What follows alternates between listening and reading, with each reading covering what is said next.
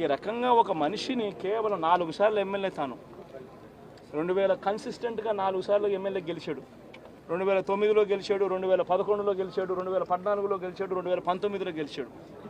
ఒక మనిషి కన్సిస్టెంట్గా 4 సార్లు ఎమ్మెల్యేగా గెలుస్తూ వస్తున్నాడు అని అంటే ఆ మనిషి మంచోడు కాబట్టి గెలుస్తూ వచ్చాడు, ఆ మనిషి మంచోడు కాబట్టి ప్రజలు ఆశీర్వదిస్తూ వచ్చారు.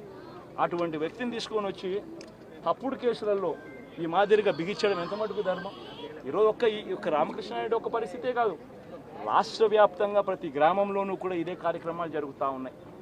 ప్రతి ఒక్కరూ కూడా వాళ్ళ స్థాయిలో రెడ్ బుక్స్ అని చెప్పి రెడ్ బుక్లు పెట్టుకొని ఉన్నారు.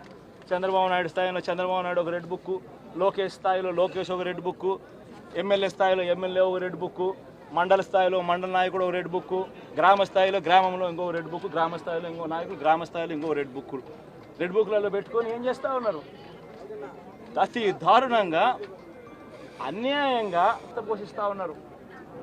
దొంగ కేసులు పెడతా ఉన్నారు, వాళ్ళే కొడతారు, మన ఇటువైపున కేసులు పెడతా ఉన్నారు. రాష్ట్రం మొత్తం ఇది చూస్తూ ఉంది.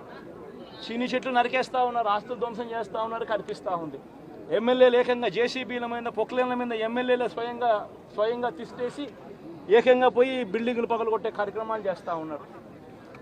ఇంతటి దారుణంగా నిజంగా చేస్తూ ఉన్నారు అని అంటే ఎల్లకాలం ప్రభుత్వం మీది కాదు, ఎల్లకాలం రోజులు మీయే ఉండవు చంద్రబాబు, అది గుర్తుపెట్టుకో.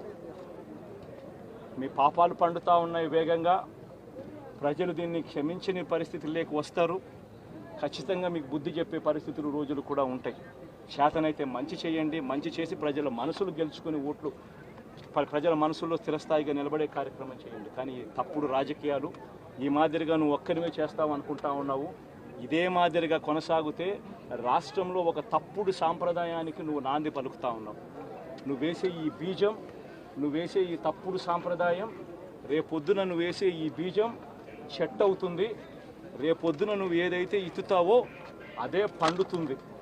రేపొద్దున మళ్ళీ మీ గ్రామాలలో మీ కార్యకర్తలకు ఇదే పరిస్థితినే ఇదే మాదిరిగానే మళ్ళీ జరిగే కార్యక్రమాలు కూడా జరుగుతాయి.